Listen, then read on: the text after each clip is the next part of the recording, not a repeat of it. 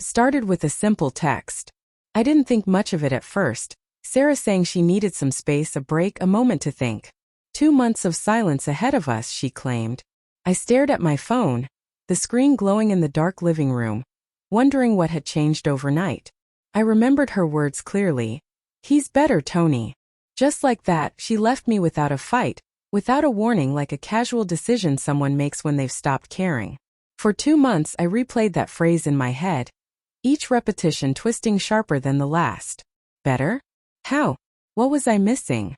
I continued my days, building walls around my thoughts, going through the motions at work, avoiding the usual reminders of what had been.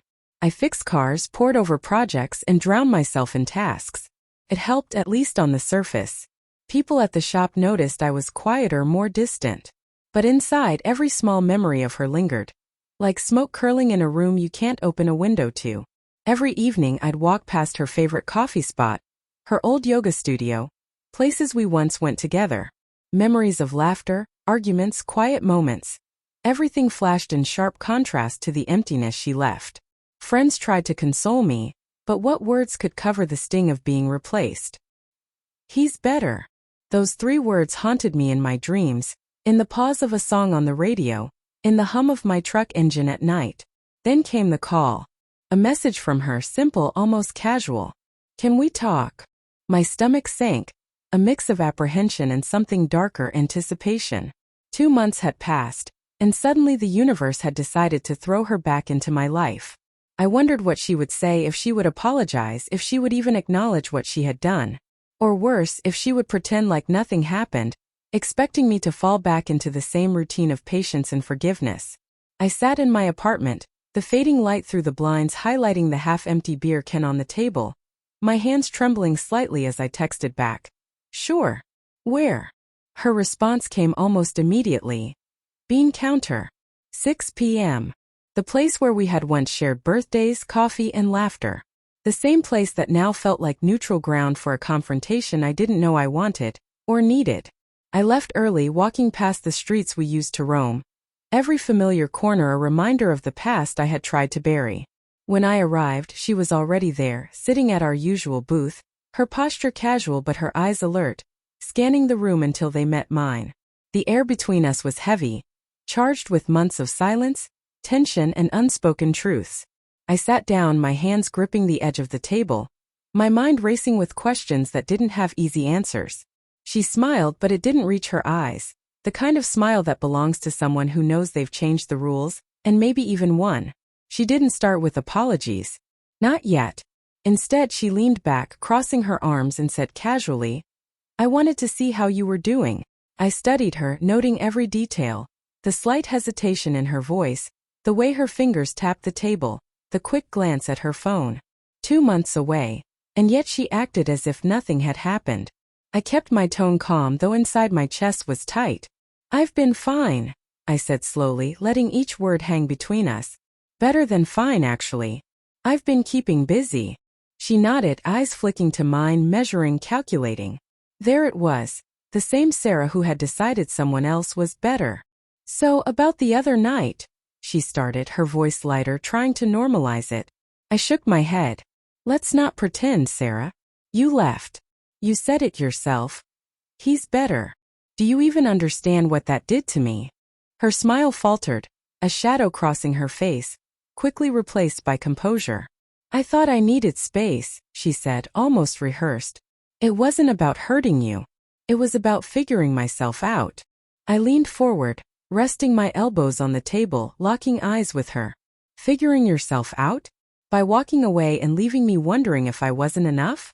2 months of silence while you what? Enjoying your freedom. My voice was steady, but the edge of anger cut through. She shifted uncomfortably, but didn't respond immediately, letting the weight of her absence and her words settle. Then came the confession I didn't expect. I realized. I made a mistake. He's not better. My chest tightened. The words were simple, but the meaning was heavy. After 2 months of being replaced, discarded, and thought irrelevant, she admitted the truth. But did she expect me to forgive her instantly? Did she think a simple confession would undo the months of hurt? I stayed silent, watching her struggle to explain, knowing the power had shifted. 2 months ago she left.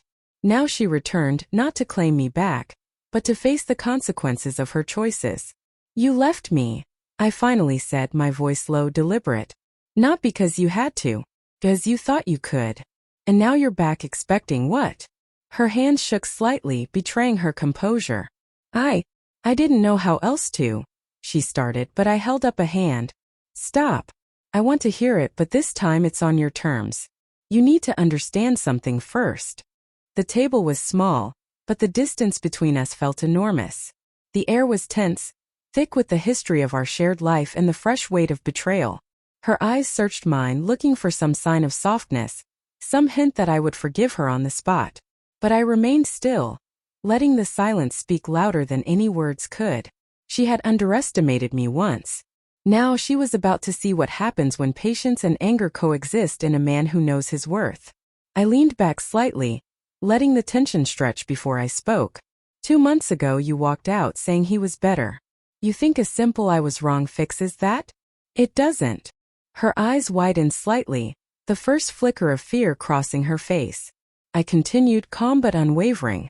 I've spent these weeks thinking about us, about me, about what I deserve. And I realized, I don't deserve to be treated like a backup plan. She tried to interrupt, but I raised my hand. No. Let me finish. You wanted space? Fine. You thought he was better? Fine. But don't come back expecting the same man who waited, worried, and wondered to roll over and forgive without accountability. The pause lingered. She shifted in her seat, suddenly unsure of the confident woman who had left me. I pulled a small envelope from my pocket and slid it across the table. This is everything, I said, letting my calm demeanor sharpen into a quiet authority. Inside were photos, screenshots, messages, evidence of everything she had tried to hide, every lie and every omission from the 2 months she spent away. Her lips parted, but no words came. You see, Sarah, I said slowly, I didn't just sit and wonder. I acted. I didn't beg, I didn't chase. I prepared. And now it's clear that leaving me wasn't about space or thinking he was better. It was about testing me. But tests have consequences. Her hands trembled as she reached for the envelope, but I stopped her with a subtle shake of my head. No. Look at it. Understand the choices you made. The truth you thought you could avoid. Now you know how it feels.